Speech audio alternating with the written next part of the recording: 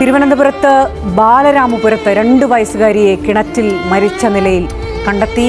കുഞ്ഞിന്റെ ചിത്രമാണ് പ്രേക്ഷകർ സ്ക്രീനിൽ കാണുന്നത്. കൊലപാതകമാണ് നടന്നതെന്ന നിഗമനത്തിലാണ് പോലീസ് ഉള്ളത്. ശ്രീജിത്ത് ദമ്പതികളുടെ മകൾ ദേവേന്ദുവാണ് മരിച്ചത്.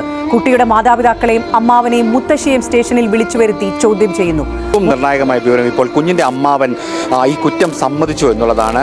പോലീസ് പക്ഷേ മൊഴി ഒന്നുകൂടി ഉറപ്പിക്കുകയാണ്. ഇത് ഏതെങ്കിലും തരത്തിലുള്ള ഏറ്റെടുക്കലാണോ, ഈ ബാക്കി അമ്മയ്ക്കും അച്ഛനും മുത്തശ്ശിക്കും ഏതെങ്കിലും തരത്തിൽ ഈ കൊലയിൽ പങ്കുണ്ടോ, ഈ കാര്യങ്ങൾ കൂടി ഒന്നുകൂടി വ്യക്തത വരണം. പ്രജുല, ഹരികുമാർ തുടക്കം മുതൽ തന്നെ സംശയ നിലയിലായിരുന്നു. അതായത് ഈ കുഞ്ഞ് അമ്മാവനൊപ്പമായിരുന്നു ഒരു ഘട്ടത്തിൽ അവസാനം പുലർച്ചെ ഉറങ്ങി എന്നുള്ള രീതിയിലുള്ള മൊഴി ഉണ്ടായിരുന്നു.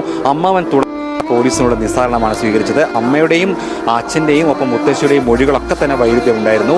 ഒടുവിൽ പലതരത്തിൽ 2 ഘട്ടങ്ങളായി ബാലരാമപുരം സ്റ്റേഷനിൽ പോലീസ് ചോദ്യം ചെയ്തു. ഒരുമിച്ചിരുത്തിയും വെവ്വേറെയും ചോദ്യം ചെയ്തു. ഒടുവിൽ മുത്തശ്ശിയാണ് അച്ഛനും അമ്മയ്ക്കും ഒപ്പം കുഞ്ഞ് ഉറങ്ങിയിരുന്നു. പക്ഷേ പുറച്ചോടുകൂടി അത് അമ്മാവൻ്റെ അടുത്തേക്ക് മാറ്റിയിട്ടുണ്ടായിരുന്നു കുഞ്ഞിനെ എന്നുള്ള രീതിയിലേക്ക് വരുന്നു. അമ്മാവൻ ആദ്യം തന്നെ പോലീസിനോട് പറഞ്ഞ് നിങ്ങൾ തന്നെ കണ്ടുപിടിക്കൂ, എനിക്കൊന്നും പറയാനില്ല എന്നൊക്കെ പറഞ്ഞുകൊണ്ട് ഒരു തുടക്കം മുതലൊരു നിസ്സംഗ മനോഭാവത്തിലായിരുന്നു. അപ്പോൾ തന്നെ പോലീസിന് സംശയമായിരുന്നു.